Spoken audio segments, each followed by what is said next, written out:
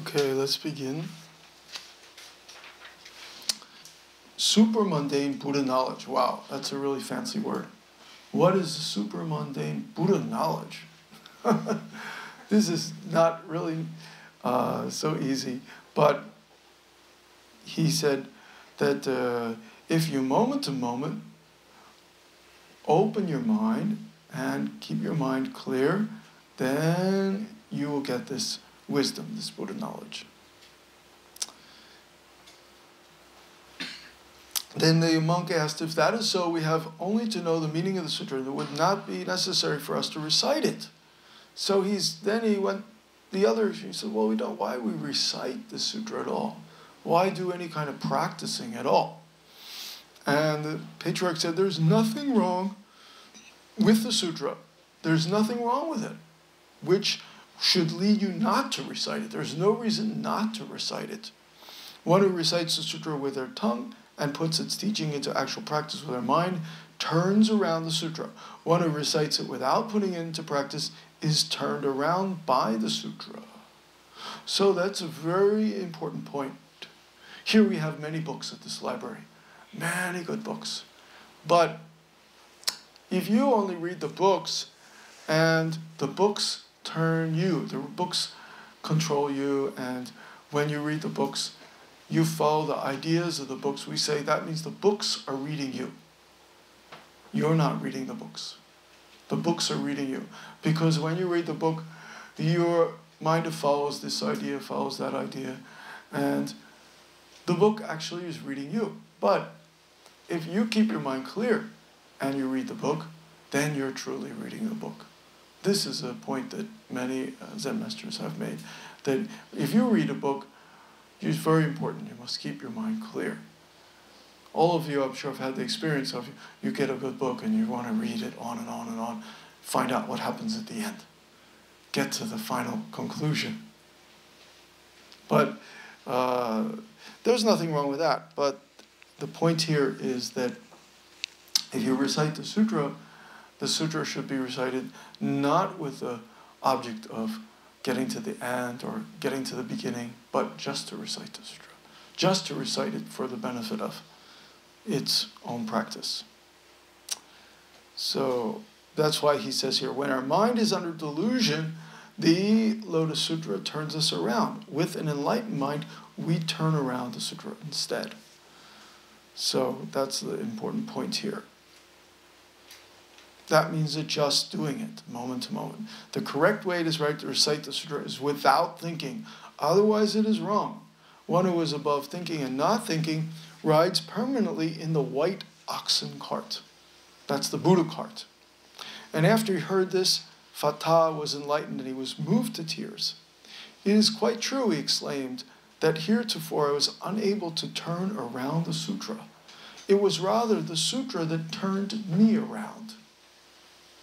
So he honestly was enlightened to that point, and he saw that it was the sutra that turned him rather than he that turned the sutra. This is a very interesting point. Many of you, especially Korean people, I'm sure you have experience. You go to temple and you see somebody walk into Chogyesa temple or walk into Dosunsa temple or walk into any of these big temples around Seoul. And somebody goes in front of Buddha and puts some money, makes a little donation, or puts some rice, and then holds some beads and starts to pray. Buddha, please give me something for my son. Please give me something for my mother. Please let my husband's business prosper. And while you're at it, let my son go to a great university and become a great man. And let my daughter marry somebody rich. And around. We say this is Buddha, he is turning this person. Buddha's controlling, this person became slave of Buddha. Buddha's turning this person. Because they see what they mistakenly think of is the true Buddha. Actually, this is only symbol of Buddha, this golden statue. And they see the golden statue and they think of all the things that they are lacking in. And all the things they're missing, and all the things that their family needs. This is not such a good way to pray. But if we go in front of the Buddha statue and we have just an empty, clear mind, completely empty our mind, just completely empty, and just with no particular wish, we feel already fulfilled, already thankful that we are here alive in front of the Buddha. We're just here, just as we are. Then that Buddha and us are not different. We already are the Buddha. Actually, we already experience our Buddha nature. Then we are complete. Then there's no reason to ask for all these things. If we have a good relationship with our true self, these things will be as possible. But to ask for these things, it's almost like we are turned around by this outside symbol. The symbol controls us, when actually we are the ones who should control the symbol. We are the ones who should be in the charge or be the owner, the juin of the situation. This is a very important. So it's the same with doing the sutras. When we just recite the sutra, like just recite the Heart Sutra with complete sincerity, then we turn the wheel of the sutra. We can use the sutra to enlighten ourselves and to teach others. But if the sutra turns us, what does that mean? And why did he say that? So that means sutra turns us. Actually, we can find the profound meaning if we just empty out our own ideas and we just listen to it more deeply. We can usually find. But it's not a problem to question and ask. That's why I always encourage people to ask questions. If somebody has a question during this talk, don't hesitate. Shoot your arm up and ask. No problem. Okay, so he said, it was rather the sutra that turned me around.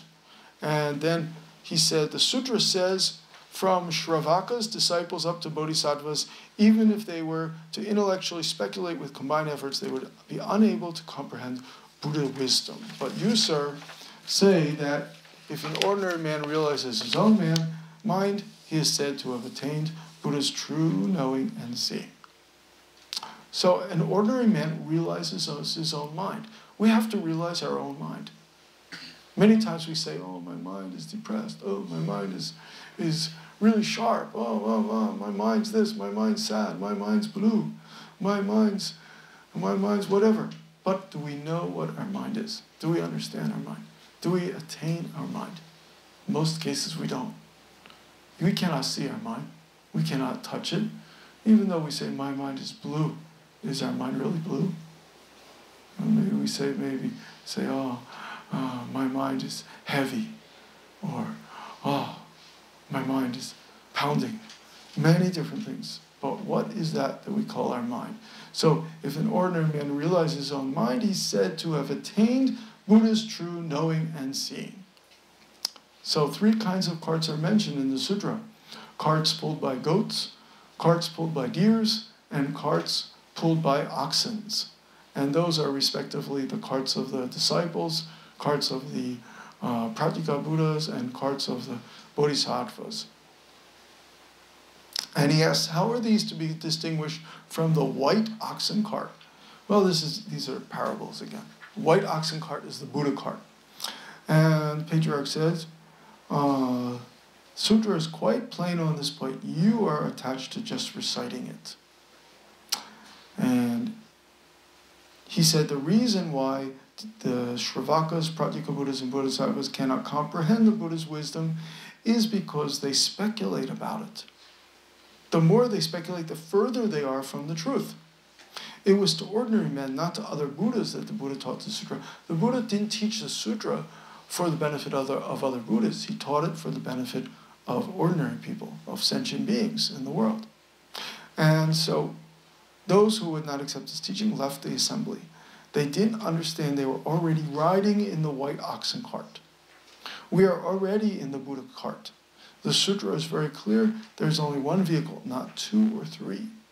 So all these many vehicles and things in the sutra are some kind of parable. Just as I told you before, the businessman who was quite wealthy, the wealthy man whose sons were always staying in the house, refused to leave the mansion where they lived in. the only way he could get them out of the mansion was to tell them, I have toys for you. The mansion's on fire, it's about to fall down, they're all about to die, but the only way he could get them out was, I have toys, I have new cars for you, I have a new Jaguar for you, I have a new Mercedes for you. Come on out, come on out, come on out. And finally the boys came out of the house. And this is like most of us. We don't want to get out of our habitual way of thinking about our mind and body. So we need to have some kind of like toy or new car or something to wake us up. We're just so much into just kind of like many times our habit, our sleeping thing. I mean, it's not uncommon. Even, when you live in a monastery like myself, I'm abbot of a big temple in Chungcheong province, and it's so easy to fall into routine. You can fall into routines, into all kinds of routines, and many times the only thing that kind of can get you out of routine is something new, some kind of new attraction, new whatever. But actually, we don't really need something new because always something is changing around us, something opening, like springtime, some flowers opening, some tree is blossoming, something's happening, always new. If we really opened ourselves to it, we could always be inspired. We could find something every day around us. The three vehicles are false. They are just metaphors used to allow us to understand in the past. For you now, this one vehicle is the truth. The sutra teaches you to dispense with the false and to rely on the truth. Once you rely on the truth, even the truth has no name. What is the truth? You should know that you are the sole owner of this treasure and is for you to use. In my country, we say, the truth will set you free. But what is the ultimate truth? That's a good question for us.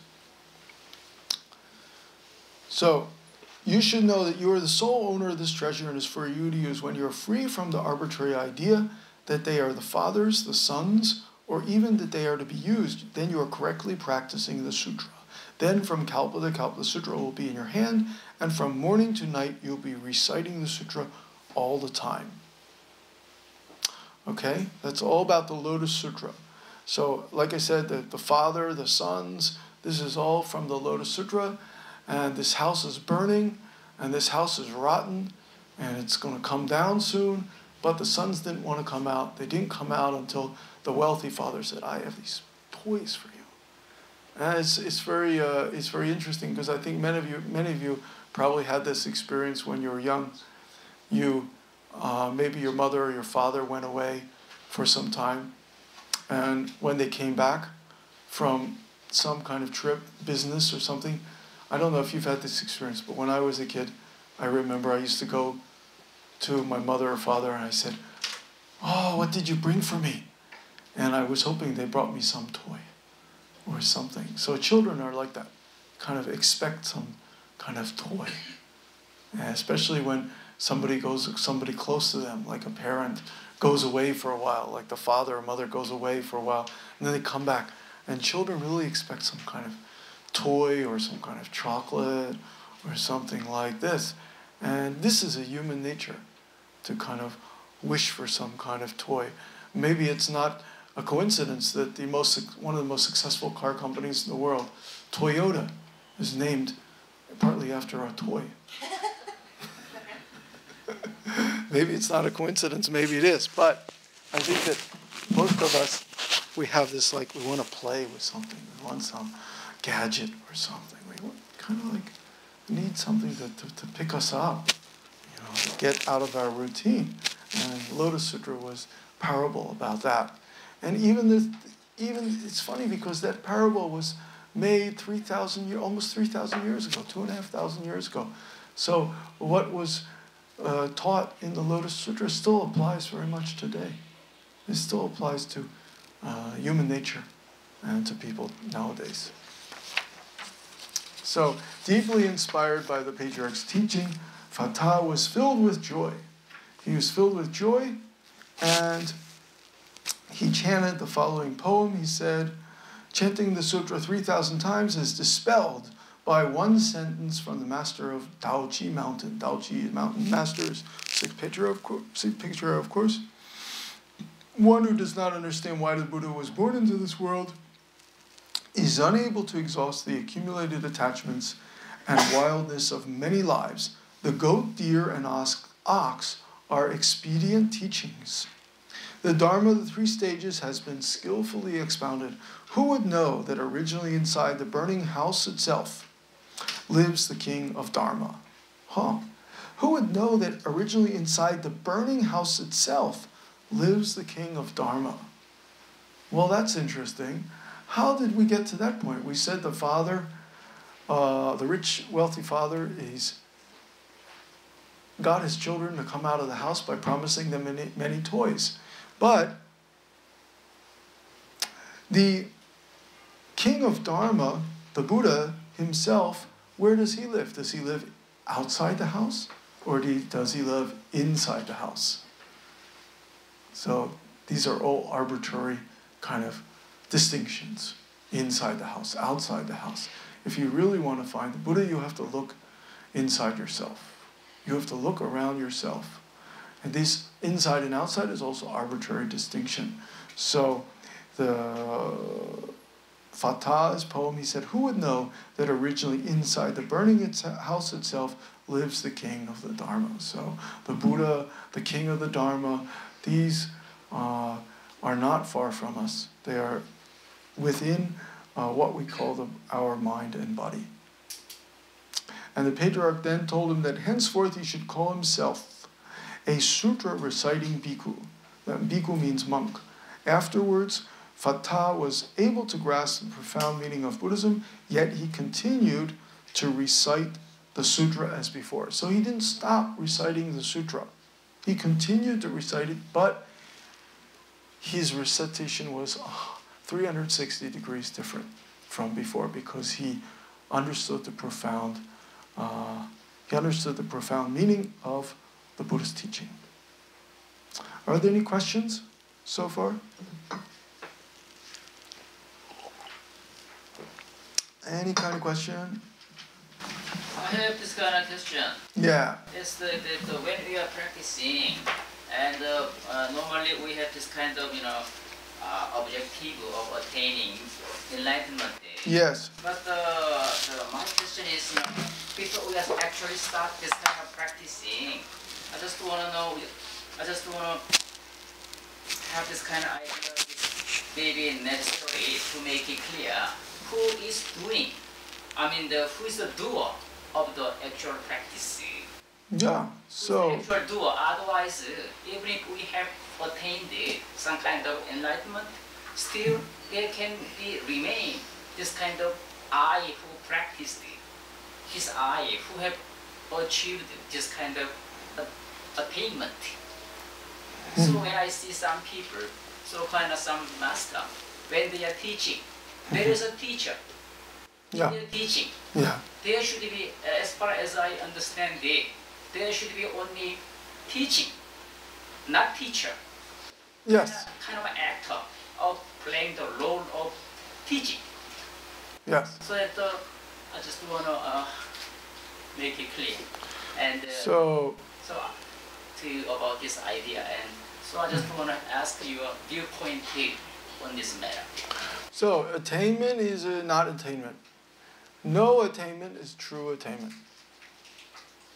No attainment is a true attainment. If somebody say, I attain enlightenment, it's already a mistake. No attainment is a true attainment. True enlightenment never says, I am enlightened. True enlightenment never stands up and says, I am enlightened, listen to me, I'm enlightened. Never like that. Okay? This is not true enlightenment. If somebody talks like that, then you know already this is not correct teaching. Yeah. Would you say when you meditate you achieve more lucidity, or is it more consciousness without thinking and without the distraction? Who is meditating? you. Me? Okay, suppose you are meditating. Who's meditating then? Do you understand my meditation? I ask you. Do you understand my meditation? I was curious of your perspective. Okay, so when you're meditating, what is a true meditation? Okay, and true meditation means ask yourself, what am I? What do I call myself? Who is it that I call? What is it that I call myself? And sincerely ask that. If you sincerely ask, what am I? What is this that I call my body? What is this? My head, my hand, my body, all these things. Yeah, these are all important things. But what are you? Don't know, right?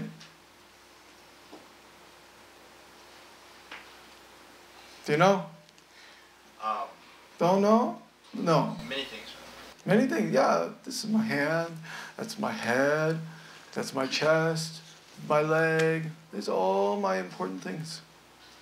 But that's not my true self. What am I? Don't know. So when you meditate, you must first ask, what am I? Or who am I? Who's meditating? Who's meditating? Maybe you say your name. What's your name? Caleb. Kaler, okay. So maybe you say, oh, it's Kaler meditating, but that's just a name. Before you're born, you didn't have this name. When you die, you won't have this name either.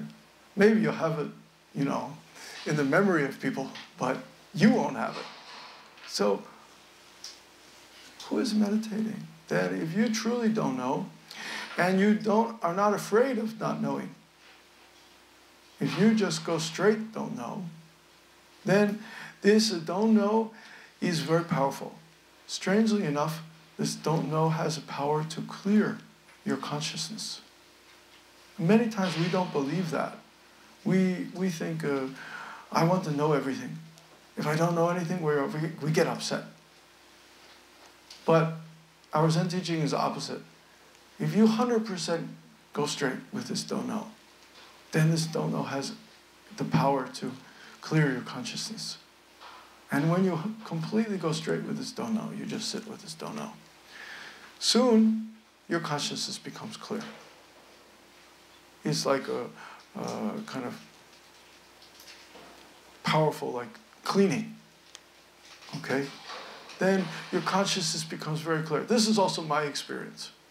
That if I pretend to know something, I pretend to fake that I had experience with something, that I later pay for it. That I later very uncomfortable. But if I am open from the beginning that I don't know about something, then this beginner's mind, we say, this mind of the beginner, this mind of just don't know. There's a real potential to get some experience there. There's a real potential to do something there. Okay? So this is our meditation. This is the way I teach meditation, way that also my teacher was teaching.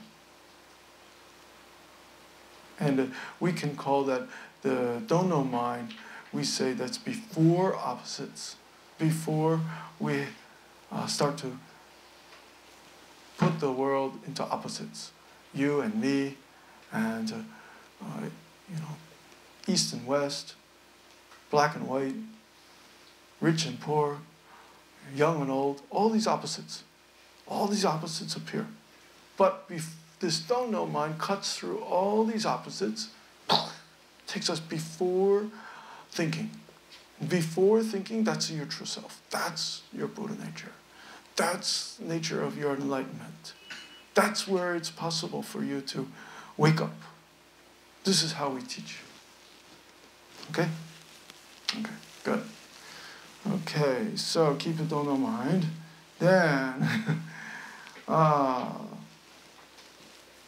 this chapter has many different, actually, circumstances, many different things, very actually quite full, a lot of different teachings in this book. Sixth Patriarch was one of the first patriarchs to really talk about the mind and apply this teaching of the mind to many different circumstances. And here's another example. A bhikkhu, Chitong bhikkhu means a monk. He had read the Lankavatara Sutra nearly 1,000 times, but he still couldn't understand the meaning of the Trikaya and the four prajnas. So he called on the Patriarch about it and asked for an explanation. Trikaya, what's a Trikaya? Trikaya is the Dharma body, the Dharmakaya, the Sambhogaya, and the Nirmanakaya. Okay, these are three kinds of bodies. And these three bodies are usually explained in quite detail in Buddhism. Dharmakaya is a Buddha, the kind of the body that's without form, and the Sambhogaya is the body with form, and the Nirmanakaya is the actual physical body. And usually this is explained, it was explained in quite detail in the Buddha Sutra. But the sixth patriarch, he didn't want to explain these apart from the true nature. He said if you explain them apart from the true nature, there would be bodhi but no wisdom. So he went on and said, the three bodies are inherent in our true nature. If you realize this clearly, the four wisdoms are manifested, and they are never separate from our seeing and hearing. Naturally, you'll reach Buddhahood. Now that I have taught you, believe it firmly, and you'll be free from delusions forever. Don't follow those who continually talk about bodhi, but never put it into practice. So he liked to emphasize the putting it into practice. Now, there's an interesting story about that. There was once a student of Majo Zen master, and this student, he was a lay person who practiced meditation with Majo, and the two of them were quite well acquainted, and he had a daughter, and he lived at the time, it was in China like 1,000 years ago, and maybe 1,200 years ago, he lived in China, and his daughter, her name was Sur, or Sol, I think, and when the daughter was very young, he taught the daughter how to recite Kwansen-bosal, which is the name of Avalokiteshvara Bodhisattva in Korean, or maybe it was like a Kuan Yin Bosa in Chinese. And she recited this every day quite diligently. And he also had her in her room. He had a very nice altar with a Lotus Sutra on it, and he had her every day bowing to the Lotus Sutra. She was a young girl, maybe 6 or 7 years old, and she was quite diligently reciting the Kwansen-bosal chanting and bowing to the sutra. And one day, he said that the soul was walking by the stream, and she had just finished doing her laundry in the stream, cleaning her clothes. And she heard the sound of the temple bell from far away. And when she heard the sound of the temple bell, it's like cleaning her laundry and the bell sound, and her mind completely became one. And she really attained something. She really attained some awakening, this young girl. And after that, she stopped reciting Kwansen-bosal, and she stopped bowing to the sutra. In fact, her father came in the room, and he found her, and she was sitting on top of the sutra. She had taken the Holy Lotus Sutra that was on the altar, and she was using it as a cushion, and she was sitting on top of it. And her father came up to her and said, "How can you do this? This book is holy. This is the Lotus Sutra. This contains all of Buddha's holy teachings." And she was sitting on the book. And she looked at him and said, "Father, can the holy teachings be contained in words? Can the holy teachings be completely, can the truth be contained in a book? Father was completely surprised. He could not answer. He had never got this kind of question before. And so he was completely stuck. And later he went to the Zen Master Majo, and he said, what should I do with my daughter? I have a problem with my daughter. And Majo said, oh, your problem is not your daughter. Your daughter is not the problem. You have a problem. He thought the daughter was crazy, but he said, no, you have a problem. You're crazy. Then he Majo Zen Master gave the soul's father a poem, and the poem was on a calligraphy. He wrote a calligraphy for her. And the calligraphy said something like this: when you hear the wooden chicken crowing far away, then you'll know your original home. And he took this calligraphy, and the Zen Master said, take this calligraphy and put it in the room where your daughter stays, and she will understand the meaning of that. And so he took the calligraphy and made a little scroll and hung it up in the room where his daughter was. And this calligraphy said, when you hear the sound of the wooden chicken crowing, then you'll know your original home. And she looked at that, and then she said, oh, yeah, okay. Zen Master is also just like that, just thus. And then she took the book and she put it back. What's interesting is what he wrote for her is, when you hear the sound of the wooden chicken crowing, then you'll find your original home. So what does that mean? What's the sound of the wooden chicken crowing? So I will finish with that. On that note, I finished today, okay? Anyhow. Any question? Any more question? No question? Then we finish. Okay?